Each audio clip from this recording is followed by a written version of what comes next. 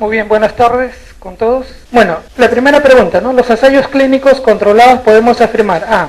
El que administra el tratamiento debe saber qué está administrando y a quién administra para evitar confusiones. ¿Verdadero o falso? El que administra el tratamiento debe saber qué es lo que le está administrando al paciente. Falso, ¿no es cierto? El que administra el tratamiento no debe saber. Y de ahí la importancia de los estudios ciego simple, doble ciego y triple ciego, ¿no? Y además, el cegamiento, ¿qué tipo de error se puede controlar? Recuerden que hay dos tipos de errores, ¿no? Errores aleatorios y, ¿cuáles son los otros? Errores sistemáticos. ¿Con cuál de los dos pueden controlar con el cegamiento? ¿Errores aleatorios o errores sistemáticos? Son los errores sistemáticos, ¿no? Los confusores no se pueden controlar con el cegamiento. El cegamiento lo único que hace es controlar los errores sistemáticos, que lo vamos a ver más adelante. Entonces es falso. B. La comparación solamente puede hacerse con un placebo o un grupo sin intervención. ¿Verdadero o falso? En un ensayo clínico tenemos un grupo control y un grupo de intervención. Siempre al grupo control le damos placebo y al grupo de intervención le damos un medicamento. ¿Siempre es así? No, ¿no es cierto? No necesariamente el grupo control hay que darle placebo. Se le puede dar un tratamiento alternativo o el tratamiento estándar, y al otro grupo de intervención la nueva droga o el esquema de tratamiento nuevo que estamos proponiendo. Entonces la respuesta B tampoco es correcta. Es necesario el enmascaramiento triple ciego para un mejor control de otras variables no consideradas en el estudio. ¿Verdadero o falso? ¿Cuáles son las otras variables no consideradas en el estudio?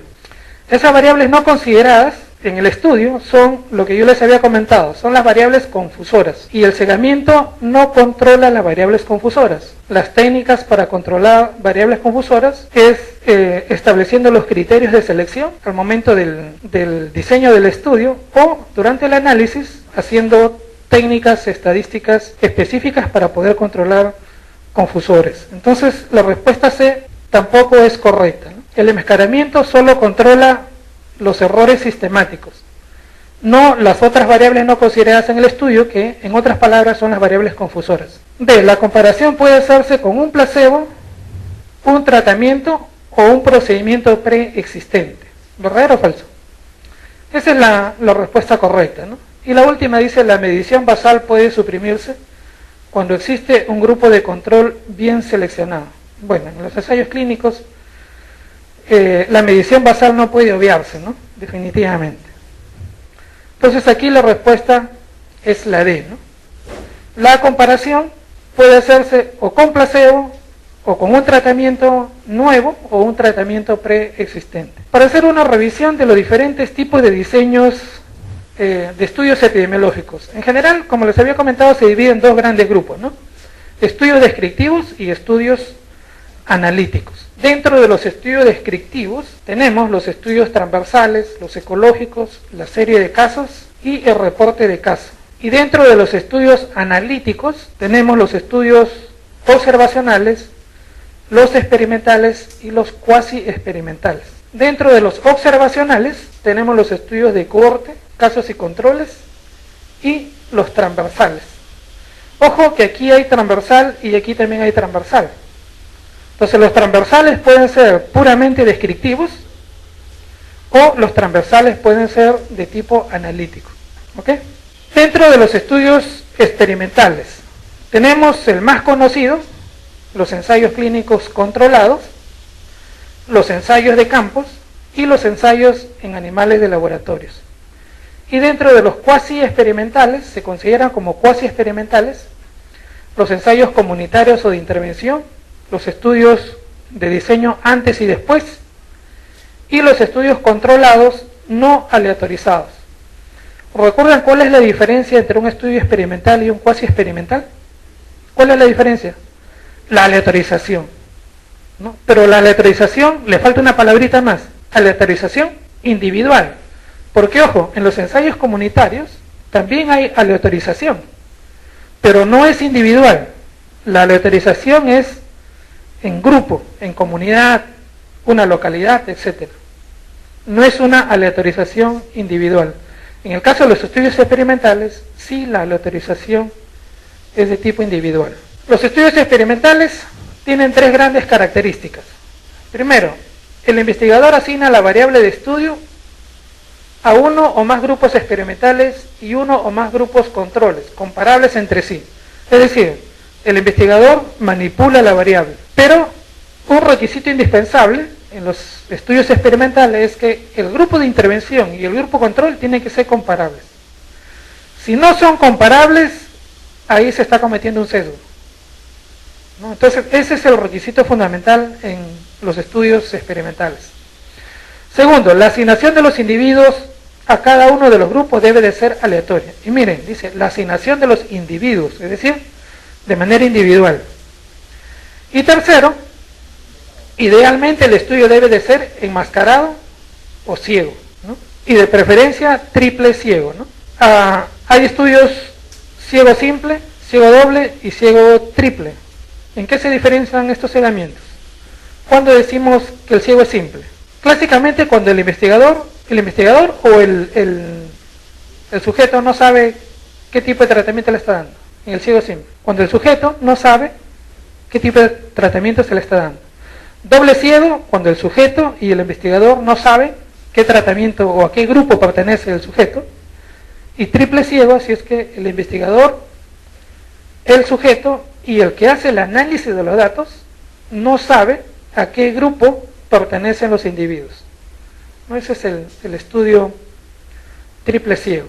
¿Y qué cosa controlamos con la aleatorización? Cuando hacemos un ensayo clínico, tenemos que hacer aleatorización. ¿Cuál es la importancia de hacer una aleatorización? Les había comentado, ¿no? La importancia de la aleatorización es, primero, que permite controlar las variables confusoras. Es decir, esas variables que nosotros no las conocemos, o esas variables confusoras que las conocemos pero no las hemos controlado en el diseño, son controladas con la aleatorización. ¿Cómo las controla? En un individuo, como la distribución es aleatoria, las variables confusoras se van a distribuir también de manera aleatoria en ambos grupos. Y de esa manera se va a controlar. Y la otra ventaja de hacer la aleatorización es que si es una aleatorización adecuada, la aleatorización va a garantizar que los grupos sean comparables. Entonces, cuando los grupos no son comparables es porque hay problemas en la aleatorización. La aleatorización debe garantizar esas dos cosas, que los grupos sean comparables y que las variables confusoras, las conocidas y no conocidas, se distribuyan de manera similar en ambos grupos. Tipo de estudios experimentales: el ensayo clínico controlado, aleatorio, la prueba de campo y el ensayo cuasi experimental o comunitario de intervención. ¿En qué consiste el ensayo clínico controlado? Es un estudio experimental que se realiza en humanos, cuya finalidad es medir y comparar la eficacia de, miren, intervenciones de tipo profiláctica, diagnóstica o terapéutica. No solamente es para probar drogas, ¿no? También se utiliza el ensayo clínico para hacer pruebas diagnósticas o tratamientos profilácticos. ¿Cuál es el diseño del ensayo clínico controlado? Tenemos una población de interés y de esta población de interés vamos a seleccionar una muestra. Pregunta: ¿esta muestra es o no es representativa de la población? ¿Es representativa? ¿Sí o no? No es representativa. Ese es el talón de Aquiles de los ensayos clínicos. Les había comentado que la muestra que se obtiene no es una muestra en los ensayos clínicos, no es una muestra representativa de la población que tiene la condición que a nosotros nos interesa. Por ejemplo, si estamos probando una nueva droga, qué sé yo, para el tratamiento de la tuberculosis, nosotros tenemos una población que son todos los tuberculosos. Si fuera aleatoria, ¿no?, de toda la población de tuberculosos, yo de manera aleatoria selecciono los sujetos. Pero en los ensayos clínicos no es así. Tengo la población y lo que voy a hacer es aplicar los criterios de selección. Y solo los que cumplen con los criterios de selección van a conformar mi muestra. Por lo tanto, esta muestra no es aleatoria. Ese es el talón de Aquiles de los ensayos clínicos, ¿no? Y esa es la crítica que se le hace. Una vez que he seleccionado la muestra, aquí recién viene la asignación aleatoria. Ojo, no es un muestreo aleatorio. La asignación a cada uno de los grupos, sea de tratamiento o grupo control, es donde se hace la aleatorización. Y después medimos los resultados en el grupo de tratamiento y en el grupo control y comparamos esos resultados, ¿no? Eso es en resumen el diseño de un ensayo clínico. ¿Cuáles son las ventajas de los ensayos clínicos controlados? De todos los diseños es el diseño gold standard, ¿no? Es el mejor diseño para hacer investigación, es el mejor diseño para demostrar causalidad, proporciona la mejor evidencia, controla los sesgos, como les decía, con el cegamiento, ¿no? El cegamiento lo que hace es controlar los sesgos, ¿no? Los sesgos sistemáticos. Controla posibles confusores, lo que les había comentado, ¿no? La aleatorización lo que hace es controlar esas variables confusoras y permite que los grupos sean comparables. Desventaja, tamaño de muestras grandes, dependiendo de la fase del ensayo clínico. Usualmente los ensayos clínicos en fase 3 o fase 4 son tamaños de muestra bastante grandes. El tiempo de seguimiento es largo en algunos ensayos clínicos, son extremadamente caros. Esto se puede controlar ahora en el Perú, hay creo que ya son cerca de 30 comités de éticas de investigación, ¿no? Que lo que hacen es controlar los abusos que se puedan hacer en los sujetos que están siendo sometidos a investigación, ¿no? Y la otra desventaja es que como son demasiado caros, usualmente no se utiliza este diseño para investigación en salud pública. Usualmente se lo utiliza en diseños experimentales para probar un nuevo método de diagnóstico o un nuevo método o una nueva droga o un nuevo esquema de tratamiento, ¿no? Es decir, es más utilizado para salud individual. Para salud pública no hay quien financie este tipo de diseño, ¿no? Porque son extremadamente caros. Los ensayos clínicos hay varias formas de cómo se pueden clasificar, dependiendo del objetivo.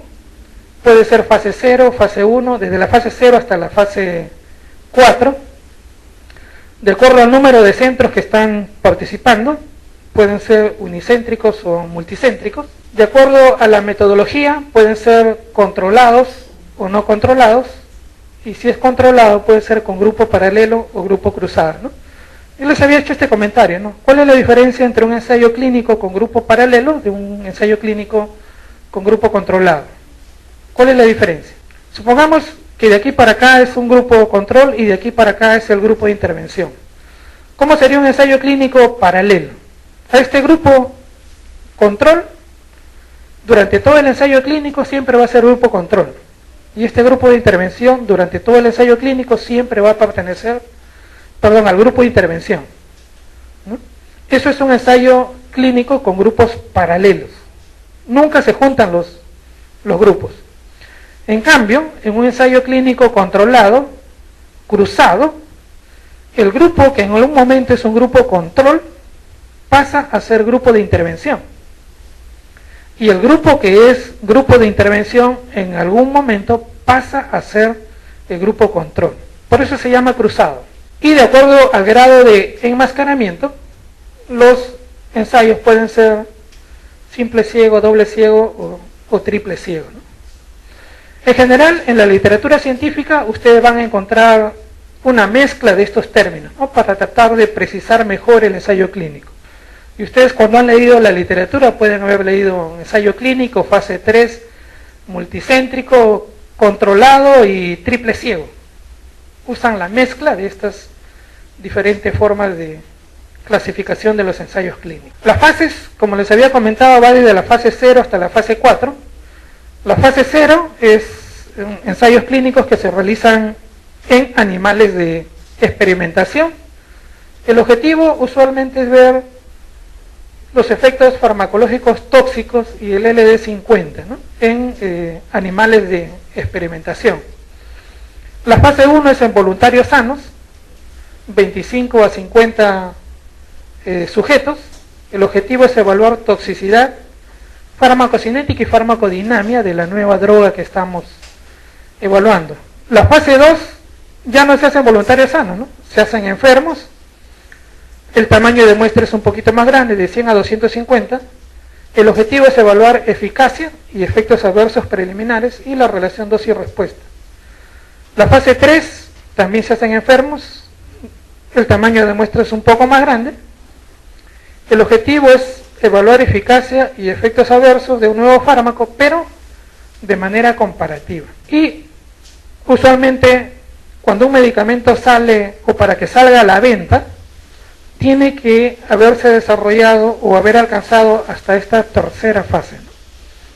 La FDA usualmente exige que el medicamento haya llegado hasta la tercera fase. Le dan la licencia para que pueda ser vendida esta nueva droga, pero ahí no termina el desarrollo de un nuevo medicamento. Post-marketing se sigue investigando la droga y pasa a la fase 4, ¿no? La fase 4 son ensayos clínicos bastante grandes, usualmente 1000 o más sujetos. Son estudios post-comercialización y el objetivo es evaluar efectos adversos raros o de aparición tardía, nuevas indicaciones o interacciones con otros medicamentos, ¿no? Son los objetivos de la fase 4 del desarrollo de un nuevo medicamento. Las pruebas de campo. ¿Cuál es la diferencia entre un ensayo clínico y un ensayo o una prueba de campo? En un ensayo clínico, o el ensayo clínico se realiza en sujetos que están enfermos. En un ensayo de campo se realiza en sujetos que están sanos, pero que tienen riesgo de adquirir una enfermedad. Este es el tipo de diseño, por ejemplo, para evaluar la eficacia de una nueva vacuna o una nueva dieta. Las vacunas no se aplican a los enfermos, se aplican a sujetos sanos, ¿no? Un grupo se le aplica la vacuna, el grupo de intervención, y otro grupo no se le aplica la vacuna y después se ve la tasa de incidencia en ambos grupos para ver en cuánto se puede reducir la enfermedad como efecto de la aplicación de la vacuna. Se puede evaluar también nuevas dietas. La recolección de la información también es diferente, ¿no? En los ensayos clínicos el sujeto va al establecimiento de salud. En el ensayo de campo el investigador va a la casa del sujeto a recoger la información, porque es un sujeto que está sano. También son de alto costo. La enfermedad puede ser de muy baja frecuencia. Uno de los ensayos de campo más conocidos es la evaluación de la vacuna SAL, ¿no? La primera vacuna antipoliomilítica que salió al mercado involucró más de 1 millón de niños en los Estados Unidos. Permite probar o evaluar intervenciones, no enfermedades como evento final. Los estudios cuasi experimentales, ensayos comunitarios o intervención. Igual que los ensayos de campus, este tipo de diseño se realiza en sujetos sanos. Pero, ¿cuál es la diferencia con el otro diseño? Que la aleatorización no es individual, la aleatorización es grupal, usualmente una localidad, ¿no? Son experimentales porque igual, ¿no? Hay un grupo control y hay un grupo experimental. Es útil para probar hipótesis de intervención, evaluar gestión o evaluar organización en la atención médica, ¿no? Y es la mejor elección para enfermedades o problemas con origen en condiciones socioculturales, ¿no? Ejemplo, enfermedades crónicas no transmisibles asociadas a los estilos de vida. Se puede utilizar también, por ejemplo, hay muchos estudios cuasi experimentales para probar la eficacia, por ejemplo, de las mallas impregnadas con insecticidas para prevenir malaria. Entonces lo que se hace ahí es, se escoge un grupo de localidades, 10, 15, 20 localidades, y de manera aleatoria, un grupo de localidades se les proporciona los mosquiteros impregnados con insecticida, y el otro grupo obviamente no se le entrega las mallas, ¿no? Y después se compara la tasa de infección por malaria, ¿no? Eso sería más o menos un diseño de un estudio cuasi experimental. La diferencia es que la aleatorización, como les decía, no es individual sino es grupal. Y por último, algunos criterios para poder seleccionar cierto tipo de diseño de acuerdo a lo que nosotros queremos investigar. Por ejemplo, de acuerdo a la frecuencia de la enfermedad. Si la enfermedad es rara, el mejor diseño es un estudio de casos y controles. Entonces, cualquier enfermedad rara, el diseño más eficiente es un estudio de casos y controles. Si la enfermedad es frecuente, se prefiere utilizar un estudio de cohorte. De acuerdo a la frecuencia del factor de riesgo, si el factor de riesgo es raro, se prefiere utilizar un diseño de cohorte. Si queremos investigar factores o enfermedades múltiples, si queremos investigar factores múltiples, preferimos utilizar un diseño de casos y controles. Si queremos investigar enfermedades, un estudio de corte, y si queremos investigar tanto factores como enfermedades, un diseño de tipo transversal. Y de acuerdo al periodo de latencia o incubación, si el periodo es bastante largo, un estudio de casos y controles o un diseño transversal, y si el periodo de latencia es corto, se prefiere un estudio de cohorte. Ok, esta es otra pregunta de exámenes de años anteriores, ¿no? ¿En cuál de los siguientes estudios es indispensable aleatorizar? ¿Casos y controles? ¿Es necesario aleatorizar? No. ¿No es cierto? No es un estudio experimental. ¿Qué tipo de diseño es los estudios de casos y controles? Diseño observacional. En los estudios de corte también es un diseño observacional. El ensayo clínico controlado, sí, ¿no? La respuesta aquí es la C, ¿no? El estudio longitudinal, un sinónimo de este estudio longitudinal, ¿cuál es? Los estudios de cohorte, algunos también lo llaman estudios longitudinales, ¿no? Y en el estudio cuasi experimental hay aleatorización, pero la aleatorización es grupal, no es individual. Entonces aquí la respuesta es la C. Se desea investigar la asociación entre la violencia familiar durante la gestación y su relación con el bajo peso al nacer. ¿Cuál es el tipo de estudio recomendado? ¿Puede ser un diseño transversal? ¿Cómo sería un diseño transversal? ¿Se puede o no se puede hacer un diseño transversal? Puede hacerse un diseño transversal, ¿no? ¿Cómo sería un diseño transversal? ¿Cómo sería? ¿En qué momento se hace la medición? Una sola vez. ¿En qué momento sería? Al momento de nacer, ¿no es cierto? Entonces, durante un periodo de tiempo, yo puedo decir, qué sé yo, durante estos 6 meses, todas las mujeres que llegan a dar, que tienen un parto en un establecimiento, lo voy a enrolar en el estudio. Todas. Y una vez que han sido enroladas, uno analiza cuáles de ellas han sido o han sufrido violencia familiar durante la gestación y cuáles no. Y comparo ambos grupos. Eso sería un estudio transversal, ¿no es cierto? ¿Cómo sería un estudio de casos y controles? ¿Y quiénes son los expuestos? En casos y controles, ¿empezamos con exposición o empezamos con enfermedad? Empezamos con enfermedad, ¿no es cierto? ¿Cuál es la enfermedad en este caso? ¿Cuál sería? Bajo peso al nacer. Entonces, mi grupo de casos serían los niños que nacieron con bajo peso al nacer. Esos serían los casos. ¿Quiénes serían los controles? Niños que nacieron con peso normal.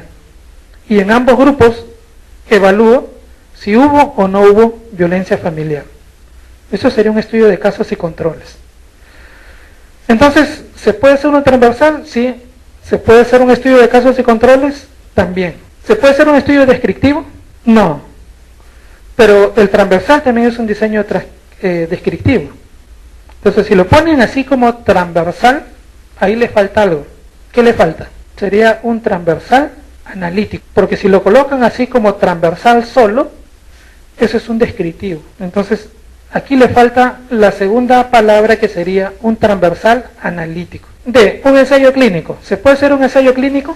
¿Cómo sería un ensayo clínico? Tengo un grupo de gestantes y de manera aleatoria a un grupo de gestantes son sometidas a violencia familiar y el otro grupo, grupo control.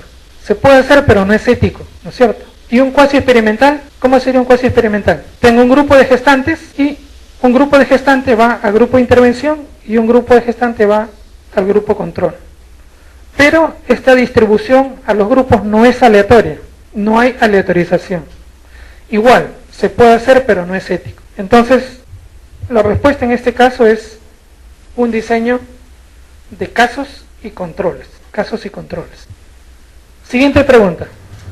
Se desea investigar el efecto inmunológico de la vacuna contra el papiloma virus. Se selecciona 300 mujeres distribuidas al azar en 2 grupos con anticuerpos basales negativos. Un grupo recibe vacuna contra el PVH y el otro recibe vacuna para hepatitis B. Al mes siguiente se dosa anticuerpos en ambos grupos. ¿Qué tipo de estudio se ha realizado? ¿Qué tipo de estudio es? A ver, las 300 mujeres, ¿son mujeres sanas o son mujeres enfermas? Todas son sanas. Entonces, si todas son sanas, ¿qué alternativa podemos descartar? Casos y controles, ¿no? Porque para cada un diseño de casos y controles necesito mujeres enfermas y mujeres sanas. ¿Podría ser un estudio de cohorte? ¿Puede ser un estudio de cohorte? Tengo 300 mujeres y después todas tienen anticuerpos negativos contra el virus del papiloma humano. A un grupo la vacuno, a otro grupo la vacuno, pero con la vacuna contra hepatitis B. ¿Puede ser un diseño de cohorte? ¿Por qué no puede ser un diseño de cohorte? ¿Cuál es la palabra clave? 300 mujeres distribuidas al azar. ¿Qué significa distribuidas al azar? Aleatorización. Entonces, tenemos 300 mujeres, ¿ok?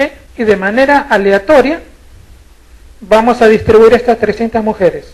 Un grupo que recibe la vacuna contra PVH y otro grupo que recibe la vacuna contra hepatitis B. Y luego voy a evaluar en ambos grupos el efecto de esta vacuna. ¿Qué tipo de diseño es? Ensayo clínico, ¿no es cierto? Es un estudio experimental. Es un estudio experimental. No es cohorte ni longitudinal porque hay aleatorización. Y la aleatorización es individual. Entonces, no puede ser cuasi experimental, porque en el cuasi experimental la aleatorización es grupal, no es individual. Entonces aquí la respuesta es la A, ¿no? Estudio experimental.